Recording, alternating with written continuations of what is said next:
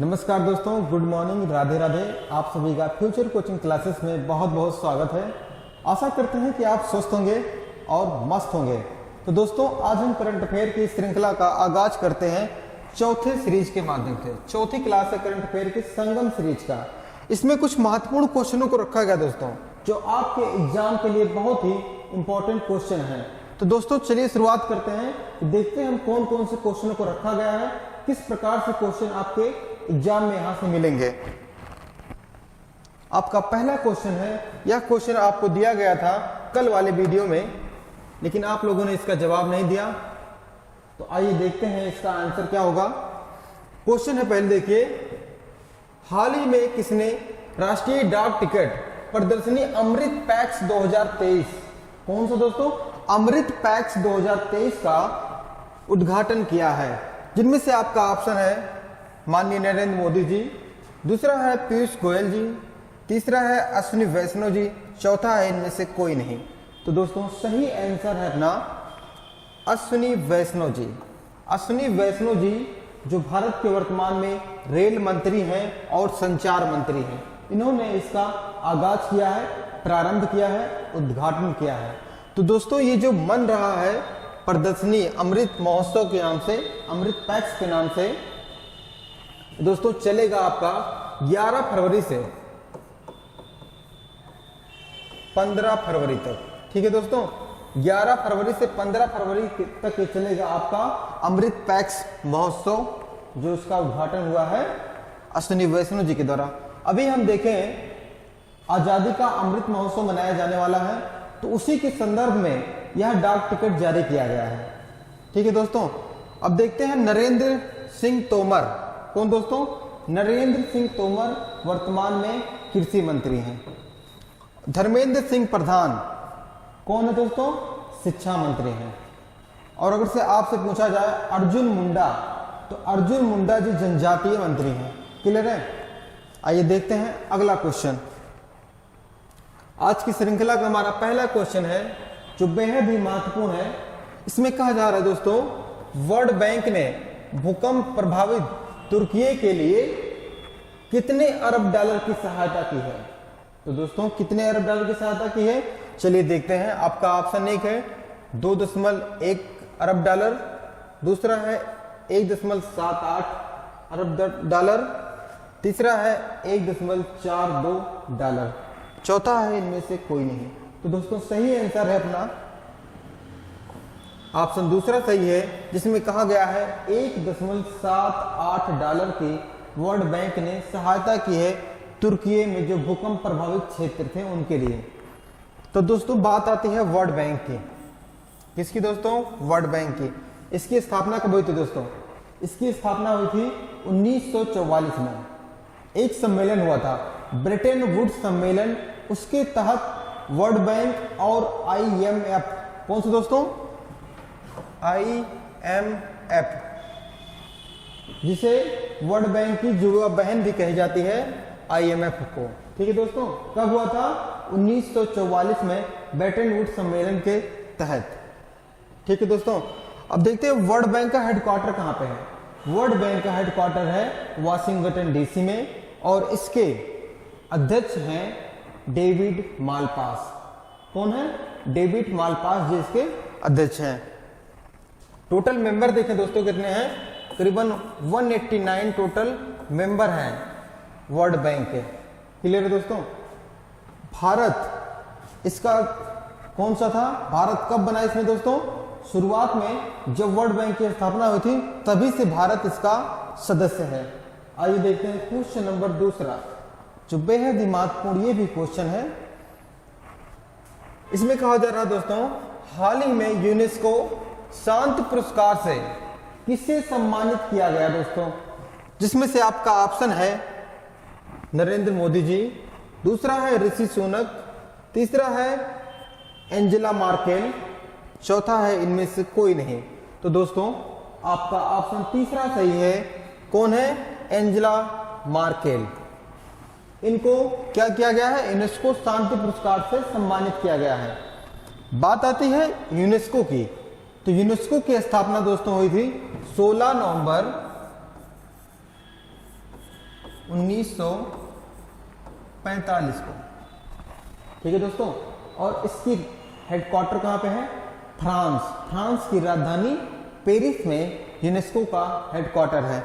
इसके अगर से देश देखें कितने मेंबर हैं, करीबन 195 इसके मेंबर हैं यूनेस्को के। भारत इसका सदस्य कब बना दोस्तों? भारत इसका सदस्य बना 1946 में। क्लियर है? अब देखिए भारत इसका सदस्य बना 1946 में, लेकिन वर्तमान में करीबन 40 यूनेस्को विश्व धरोहर साइट हैं भारत के पास। कितने हैं दोस्तों? करीबन 40 हैं। तो दोस्तों इनमें अगर से देखा जाए 1983 में भारत के प्रमुख विश्व धरोहर की सूची जारी हुई थी, जिनमें से अजंता, एलोरा और आगरा का किला, आगरा का ताजमहल, इनको शामिल किया गया था 1983 में। डेट बहुत ही महत्वपूर्ण है दोस्तों, 1983 में शामिल किया गया था ताजमहल को भी। क्लियर है? आइए देखते हैं क्वेश्चन नंबर तीसरा। हमारा तीसरा कहा जा रहा है इंडेक्स के बारे में है। हाल ही में जारी वर्ल्ड हैप्पीनेस इंडेक्स 2023 में कौन सा देश शीर्ष पर रहा है? बेहद ही महत्वपूर्ण है होने वाले भावी एग्जामों के लिए। दोस्तों आपका ऑप्शन है कि फ्रांस, दूसरा है जर्मनी, तीसरा है फिनलैंड, चौथा है इनमें से कोई नहीं। तो दोस्तों आपका सही आंसर है फिनलैंड। फिनलैंड नंबर 1 पर है। ठीक है दोस्तों, अब इसमें जो देश हैं करीबन 150 प्लस देश हैं इसमें शामिल हैं इस इंडेक्स में। अगर से बात आती है तो इंडेक्स में कितना पॉइंट मिला है फिनलैंड को? फिनलैंड को दोस्तों मिला है 10 में से 7.84 पॉइंट। क्लियर दोस्तों, इतना पॉइंट मिला है फिनलैंड को। अगर से देखें आप ऑप्शन में दिया गया है फ्रांस। फ्रांस दोस्तों 21वें क्रम पर है। जर्मनी दोस्तों कितने क्रम पर है? जर्मनी की क्रम है 13। वहीं देखिए भारत का क्रम है 136वां। कितना दोस्तों? 136वां क्रम है। अब बात आती है भारत का 136वां है, तो भारत के पड़ोसी देशों का क्रम क्या है? वहीं देखें पाकिस्तान का 103वां क्रम है। अब बताइए पाकिस्तान हमसे ज्यादा खुश है? इतना ज्यादा महामारी, इतना ज्यादा लोग बीमार वहां पे भूखमरी है, लेकिन इंडेक्स कहता है कि भारत से ज्यादा खुश पाकिस्तान के लोग हैं। तो ये इंडेक्स अगर से देखा जाए तो एक बेबुनियादी इंडेक्स है, हैप्पीनेस इंडेक्स। अब देखिए श्रीलंका दोस्तों कितना है? 126वां है। अब बताइए श्रीलंका। अब बांग्लादेश की बात आती है दोस्तों, बांग्लादेश 99 है। मतलब भारत के जो पड़ोसी देश हैं भारत से ज्यादा खुश हैं, ये ऐसा इंडेक्स है। चलिए देखते हैं अगला क्वेश्चन। क्वेश्चन नंबर 4 है दोस्तों, कह रहा है विश्व रेडियो दिवस कब मनाया गया? जिसमें से आपका ऑप्शन 1 है 11 फरवरी, दूसरा है 13 फरवरी, तीसरा है दोस्तों 12 फरवरी, या इनमें से कोई नहीं। तो दोस्तों आपका सही आंसर है 13 फरवरी। 13 फरवरी को अभी हाल ही में मनाया गया विश्व रेडियो दिवस। रेडियो दिवस तो याद होगा सबको, लेकिन इसकी थीम बहुत इंपॉर्टेंट है दोस्तों। क्या थीम है? रेडियो एंड शांति। ठीक है दोस्तों, रेडियो एंड शांति इसका थीम है। इसको जोड़ लीजिए इसे, रेडियो एंड शांति। इसकी स्थापना कब हुई थी? यह जो दिवस मनाया जा रहा है कब से मनाया जा रहा था? करीबन दोस्तों 2012 से विश्व रेडियो दिवस मनाया जा रहा है। क्लियर है? आइए देखते हैं क्वेश्चन नंबर 5 अपना। बेहद ही महत्वपूर्ण क्वेश्चन ये भी है क्योंकि इसमें कहा गया है ICC player of the month किस मंथ का? जनवरी का। 2023 में जनवरी का प्लेयर ऑफ द मंथ किसे चुना गया है? आपका ऑप्शन 1 है शुभमन गिल, दूसरा है मोहम्मद सिराज, तीसरे हैं विराट कोहली, चौथे हैं सूर्य कुमार यादव। तो दोस्तों जैसा कि आपको दिख रहा है ये शुभमन गिल है, भारत के ओपनर बल्लेबाज हैं शुभमन गिल। इनको ICC player of the month दिया गया है 2023 जनवरी में। क्लियर है? करीबन ये 6 ओडीआई में 567 रन बनाए थे, इसलिए आईसीसी ने इन्हें प्लेयर ऑफ द मंथ चुना है। अब देखते हैं दोस्तों, आईसीसी की बात आती है, इसका हेडक्वार्टर कहां पे है? आईसीसी का हेडक्वार्टर दुबई में है। कहां पे दोस्तों? दुबई में है। और इसके अध्यक्ष देखिए कौन है? ग्रेग बर्कले हैं। ध्यान दीजिएगा दोस्तों, ग्रेग, ठीक है, ग्रेग बार्कले हैं आईसीसी के अध्यक्ष। तो अगर से आपसे एक और क्वेश्चन पूछ लिया जाए, बीसीसीआई के अभी नए अध्यक्ष चुने गए हैं, कौन है दोस्तों? रॉजर बिन्नी। कौन है? रॉजर बिन्नी।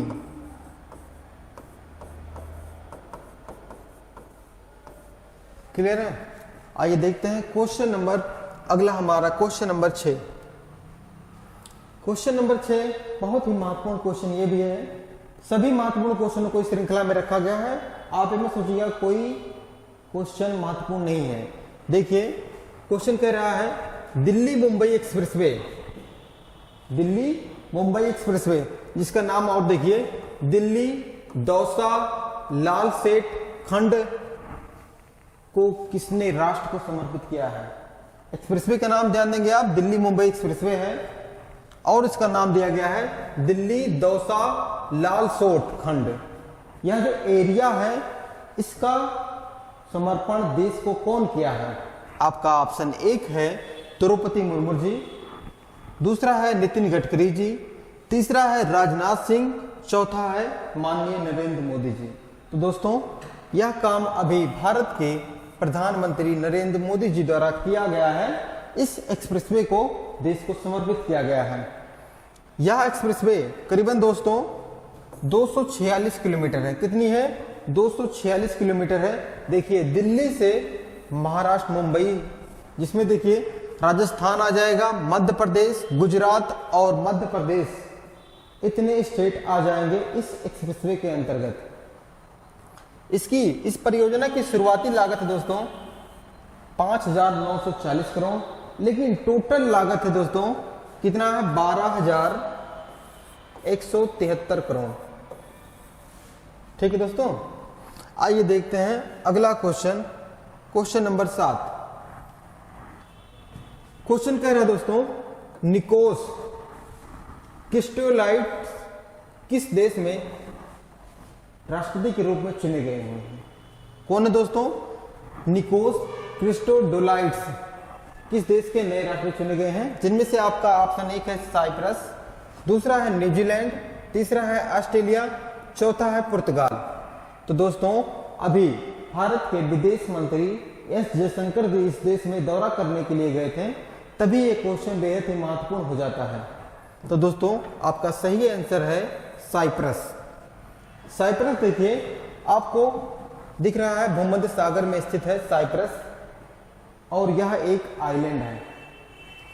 देखिए इसके बगल में जो देश है तुर्की है, सीरिया है और यहां पे देखिए भूमध्य सागर से लगा हुआ देश मिस्र है।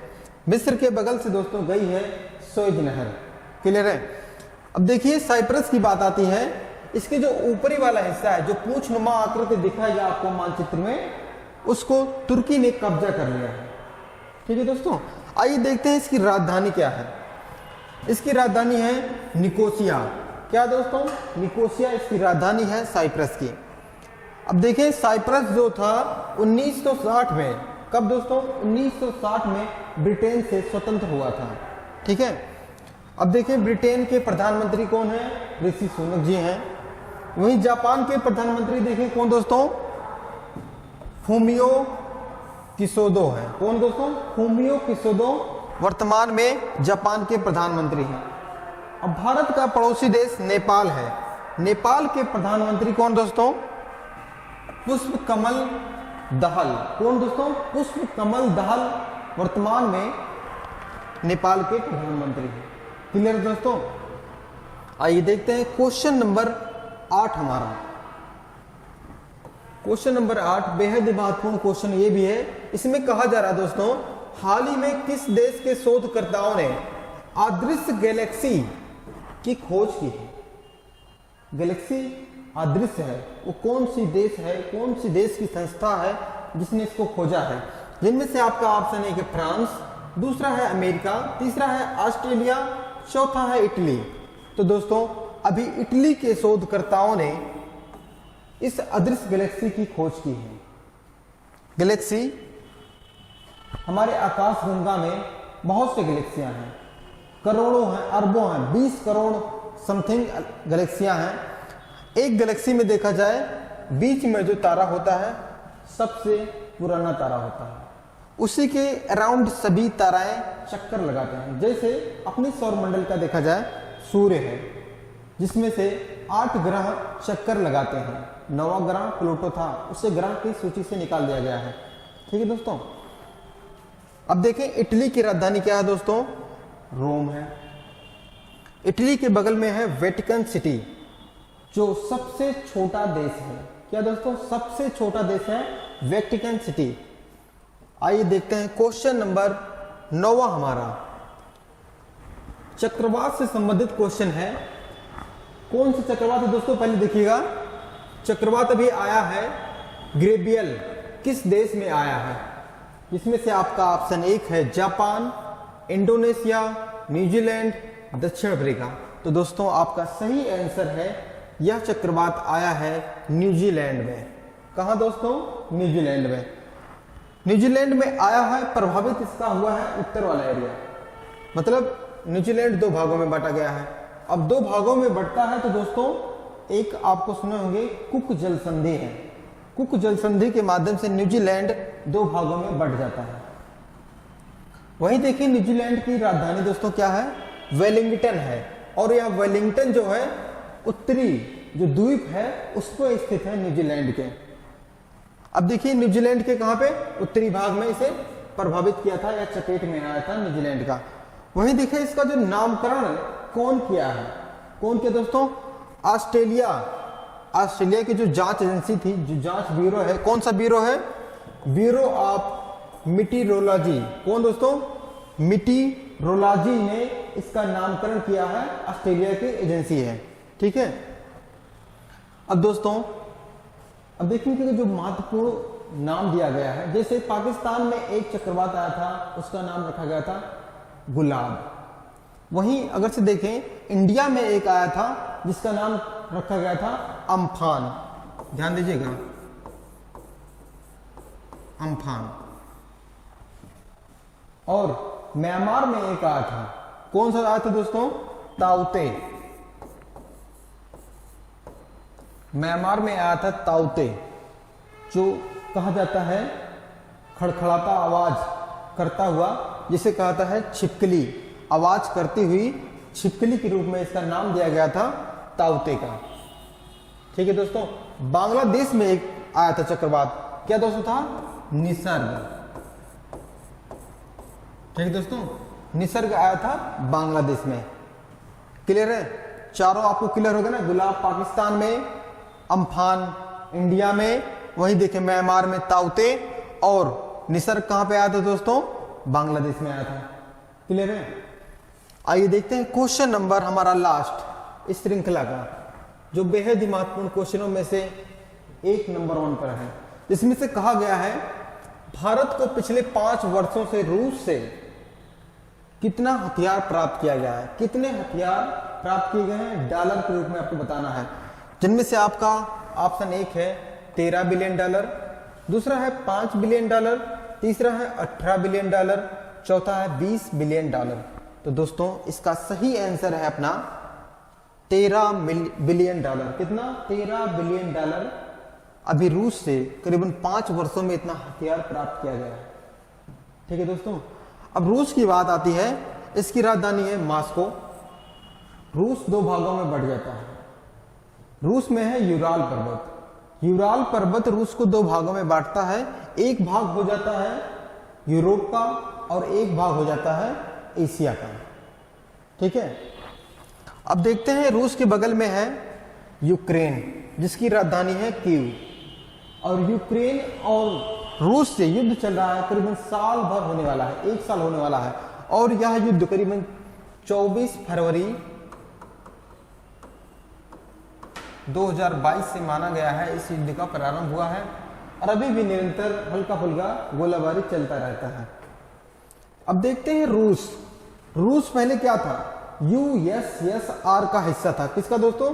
यूएसएसआर, सोवियत संघ का हिस्सा था, जो 1991 में, डेट ध्यान देंगे दोस्तों आप, 1991 में यह अलग राष्ट्र के रूप में रिवीजन हम एक तरफ से करेंगे एक नजर में, जिनमें से आपका दिया गया है कुचिपुड़ी किस राज्य का लोक नृत्य दोस्तों?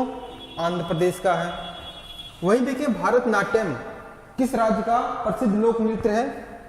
तमिलनाडु का है। छपेली किस राज्य का लोक नृत्य है? हिमाचल प्रदेश, बहुत ही महत्वपूर्ण है। वही देखिए सोडोल, कौन सा? सोडोल किस राज्य का, केंद्र शासित का लोक नृत्य है दोस्तों? लद्दाख का। वही देखिए तमाशा लवड़ी किस राज्य के लोक नृत्य हैं? किसके दोस्तों? महाराष्ट्र। बेहद ही महत्वपूर्ण क्वेश्चन ये भी है। अब पूछता है आपसे कभी कभी कर्मा, कर्मा लोक नृत्य किस राज्य का है? मध्य प्रदेश का। वही देखिए बिहू, जो बहुत ही बार एग्जामों में पूछता है, बिहू किस राज्य का लोक नृत्य है दोस्तों? असम का है।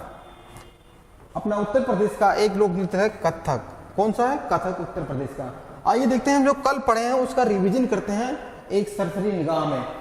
क्वेश्चन था दोस्तों कल का हमारा पहला, सीपी राधाकृष्णन को किस राज्य का राज्यपाल बनाया गया है? तो दोस्तों आपका सही आंसर था झारखंड। झारखंड के अभी राज्यपाल बने हैं सीपी राधाकृष्णन। दूसरा क्वेश्चन था दोस्तों, राष्ट्रीय संस्कृत महोत्सव 2023 की शुरुआत कहां पे हुई है? तो दोस्तों मुंबई में हुआ है। ठीक है दोस्तों, आइए देखते हैं क्वेश्चन नंबर तीसरा हमारा, अंतरराष्ट्रीय डार्विन दिवस कब मनाया गया दोस्तों? तो दोस्तों ये मनाया गया था 12 फरवरी को। चौथा क्वेश्चन है, हाल ही में किस देश में मूक मेढक की नई प्रजाति पाई गई है, खोजी गई है? तो दोस्तों अभी तंजानिया में।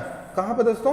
तंजानिया में। तंजानिया में एक पर्वत है किलिमंजारो, जो अफ्रीका महाद्वीप का सबसे ऊंचा पर्वत है। क्वेश्चन नंबर 5 देखते हैं, हाल ही में किसके द्वारा उन्नत ड्रोन हाईवे यातायात प्रबंधन प्रणाली की शुरुआत की गई है? तो दोस्तों कौन किए हैं ये? नितिन गडकरी जी किए हैं। क्वेश्चन नंबर 6वां है, हाल ही में किस राज्य सरकार ने अपने बजट में, क्या दोस्तों, अपने बजट में सभी प्रतियोगी परीक्षाओं की जो फीस होती है उसे निःशुल्क कर दिया है? तो दोस्तों राजस्थान के द्वारा यह काम किया गया है, सभी प्रतियोगी परीक्षाओं को निःशुल्क कर दिया गया है। देखते हैं, ये क्वेश्चन आपका है, ये क्वेश्चन आपका है, आपको इसका आंसर बताना है। क्वेश्चन के बारे में आप डिटेल से लिखेंगे। लिखा कीजिए दोस्तों, जब आप किसी चीज के बारे में लिखते हैं तो वो चीज आपको याद हो जाती है, तो उसी समय आपको ये क्वेश्चन का आंसर याद हो जाएगा जब आप इसका कमेंट करके बताएंगे ये सही है। कोई दिक्कत नहीं, गलत होता है तो अगले सेशन में हम इसके बारे में डिस्कस करेंगे आपसे। लेकिन अगर से आपको नहीं पता है तो गूगल करके बताइए, लेकिन आप आंसर जरूर बताइएगा। तो क्वेश्चन है अपना, हाल ही में किसे महाराष्ट्र भूषण पुरस्कार से सम्मानित किया गया दोस्तों? जिसमें से आपका ऑप्शन 1 है राजेश बिंदल, दूसरा ऑप्शन है दोस्तों अप्पा साहेब धर्माधिकारी, तीसरा है A.B.K. प्रसाद, चौथा है प्रवीण जाधव। कौन? प्रवीण जाधव। तो दोस्तों आपका जो सही आंसर है आप कमेंट करके जरूर बताइएगा। और मिलते हैं दोस्तों नेक्स्ट क्लास में बेहतरीन क्वेश्चनों के साथ। क्या दोस्तों? बेहतरीन क्वेश्चनों के साथ। और दोस्तों अगर से आपको हमारा वीडियो अच्छा लग रहा है तो वीडियो को लाइक करना और चैनल को सब्सक्राइब करना ना भूलिएगा। हम आपको इसका PDF देंगे, नीचे लिंक में आपको इसका PDF मिल जाएगा, जिस पे जाकर आप जो महत्वपूर्ण क्वेश्चन हैं इनको आप अपने पास रख सकते हैं PDF के तौर पर। तो इसका लिंक दोस्तों आपको नीचे मिल जाएगा डिस्क्रिप्शन में। मिलते हैं नेक्स्ट क्लास में, तब तक के लिए जय हिंद, धन्यवाद।